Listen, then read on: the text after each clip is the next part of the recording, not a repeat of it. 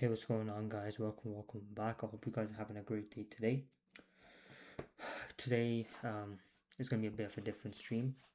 Of course, we're starting a lot later today, so we're gonna have to go a lot more late into the day, and I'm gonna have to take breaks every 30 minutes as well, because some reasons. But anyways, today, as the title suggests, we're gonna be looking at electricity. We're gonna be studying all of electricity, all of modern physics, just revising, and hopefully everything goes well, and then I might end the stream and just do some chemistry off stream and just finish the course off there as well, finish revising it and everything. So hopefully everything goes to plan, hopefully everything's great. But yeah, that's it, that's the plan for today. And yeah, let's get straight into it. I did want to do statistics, but I just think today is just not the day to do something heavy.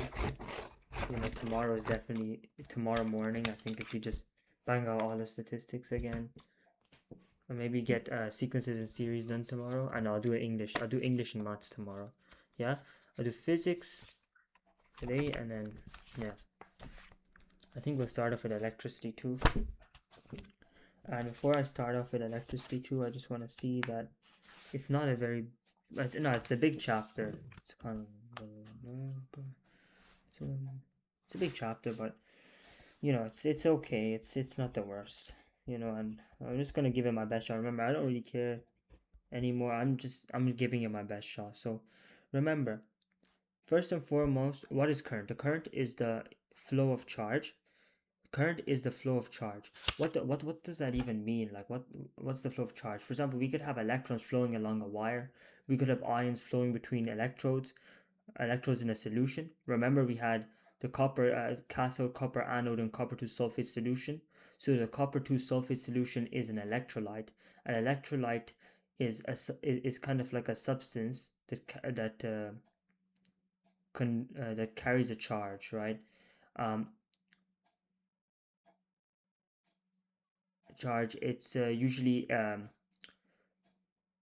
salt or ionic compound, and it contains ions that are free to move.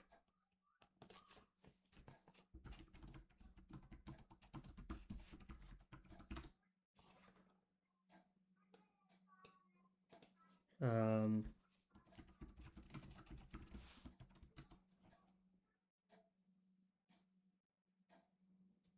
Yes, it carries charges through ions. Yeah, it has ions that are free to move. So when we look at current is the flow of charge. So the flow of electrons along a wire. We have the flow of ions between electrodes in a solution. Or we have the motion of positive holes and electrons in a semiconductor. So we'll be looking at semiconductor, a material that has a resistivity and conductivity between that of an insulator and a conductor. So the movement of motion of positive holes and electrons in a semiconductor. We have the movement of ions between electrodes in a solution, and the movement of electrons along a wire. So current, the movement of charge. Current, the flow of charge. The flow of charge. So the equation we use for current for our maths equations is Q over T, so charge over time. Remember, we do not use this. For example, to say define current, we don't use this, but this is used for the maths equations. Yeah. So you have two types of current. We have actual current and conventional current. So conventional current is the positive end of the terminal of the battery. The charge flows from the positive to the negative, but really we know in actual fact it's from the negative to the positive. But the reason why we call it conventional current, because that's what we use, that's what you're going to see in diagrams. So you're going to see the charge flowing from the positive to the negative. So people used to believe it's the flow of a positive charge from the positive terminal of the battery to the negative terminal of the battery, but really it's a flow of a negative charge, flow of electrons from the negative terminal of the battery to the positive terminal of the battery. So yeah. So current is the number of electrons flowing in a wire, whereas voltage is the ability of those electrons to carry out a function, to do a task. So voltage is the ability of those electrons to do a task, whereas current is just the number of electrons flowing in a wire. So we just have this sample question here. I'm just gonna do this. So yeah, so we have I is equal to, so it says calculate the number of electrons associated with that charge. First of all, IT is equal to Q. So we're going to have to find the charge and then divide it by that number. So current is 8 by 10 to the minus 3, and time is 2 by 60. Yeah. And then I've just divided by 1.6 by 10 to the minus 19, which is equal to, so 8 by 10 to the minus 3, 2 by 60, and 1.6 by 10 to the minus 19. Yes, so 6 by 10 to the 18 electrons. And that's the correct answer. But I don't doubt myself, but yeah, that is the correct answer. Alright. Then we have the definition of an ampere. It's not really important, but it's basically two wires that are they're parallel. They're 1 meter apart. They're in a vacuum. They have negligible cross-sectional area. So parallel, infinitely long, 1 meter apart in a vacuum, negligible cross-sectional area. So parallel, 1 meter apart, uh, infinitely long, negligible cross-sectional area in a vacuum. So so so if 1 meter of wire exerts a force of 2 by 10 to the minus 7 newtons on the opposite piece of wire, we know a current of 1 ampere is flowing. So then we had a demo for the definition of an ampere. I mean, diagram is pretty simple. I mean, from what I remember, it was something like that.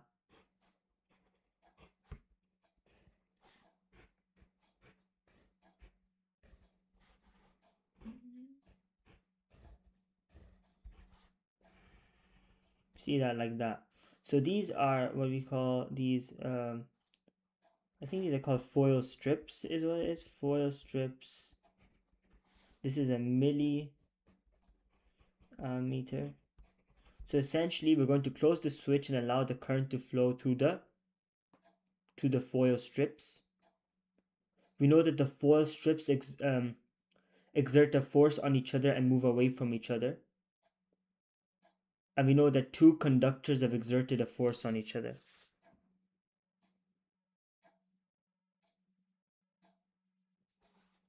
Yeah, so it says, I drew the diagram a bit wrong. Okay, so it's something like,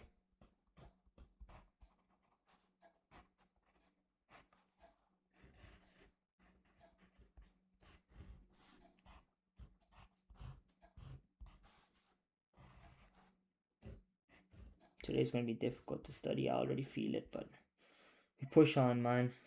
So we're going to close the switch, allow the current to flow through the foil strips. The foil strips exert a force on each other and move away from each other. Each conductor exerted a force on the other. So now we have kind of like resistance and Ohm's law. Man, I'm struggling today, man. I'm already just not into it, but come on, let's go. So this has sliding contact of potential divider, so we can vary the voltage coming from the battery. If the sliding contact of potential divider is moved to the bottom we'll get a voltage of 0 volts, to the top 6 volts, and anywhere in between. So it can be used to vary 1, 2, 3, 4, 5. So Ohm stated that the resistance of a conductor is proportional to its temperature. That the resistance is proportional to the temperature. Is the No, that the voltage is proportional to current if the mass. No, is the voltage proportional to the current if the temperature of the conducting material was constant. Ohm noticed that the voltage was proportional to the current. The voltage was directly proportional to the current if the temperature of the conducting material was constant. So he said that the voltage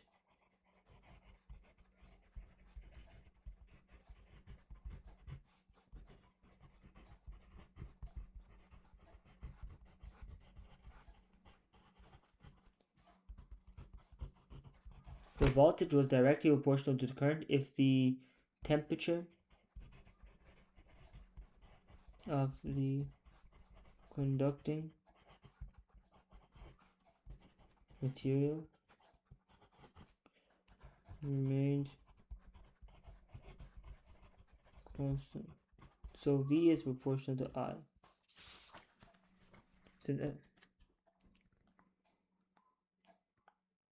So current is the flow of charge. He said that.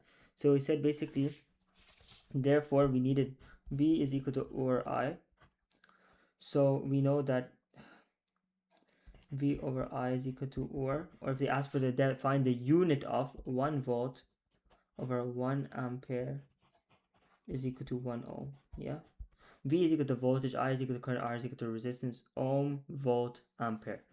Yeah, so resistance is kind of like that constant that we add to add in to get rid of the proportionality, constant proportionality basically what it is.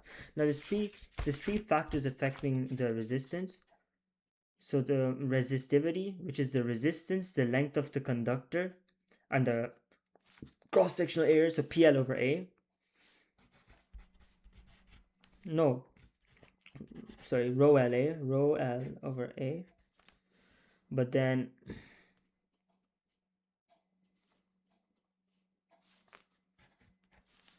RA is equal to, so then resistivity is equal to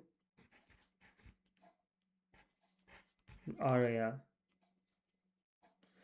So resistivity is measured in the ohm meter, resistance in the ohm, A is the cross-sectional area measured in meter squared, and L is the length. So resistance, so if you look at resistance is equal to resistance proportional to the resistivity. Resistance is proportional to the length of the conductor, but resistance is inversely proportional to the cross-sectional area. So if you look here, you have a sample question 2.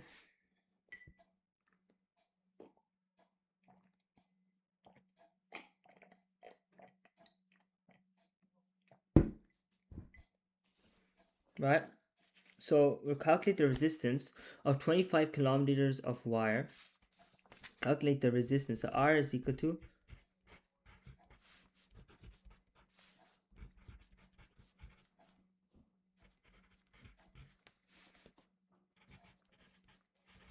make sure to get that into meters, and make sure to convert that into meters as well. And don't forget your units of measurement when we multiply it all out. So 2 by 10 to the minus 8.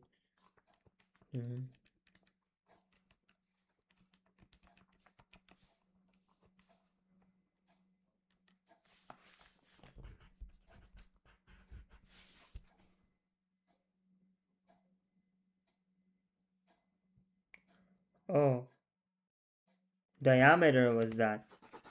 But this just proves how out of the swing I am, bro. 0.5 by 10. I try, man. I try. I genuinely do, man. Just a bit not in the right headspace, bro. Can't lie. Wait, it was.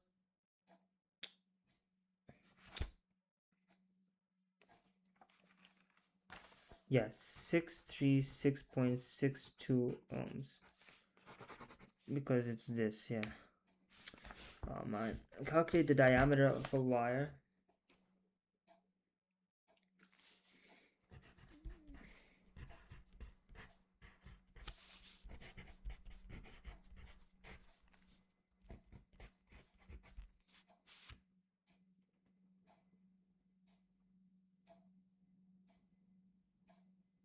Mm-hmm.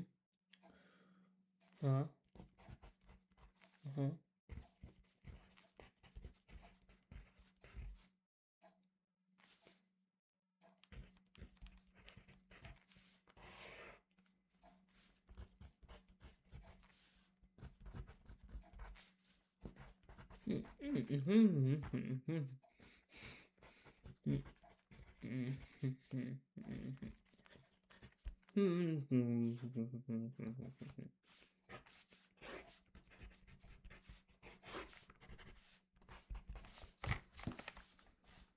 Oh man, we never give up until the last, I guess, last breath, bro. We're going for it. You know, not every day is,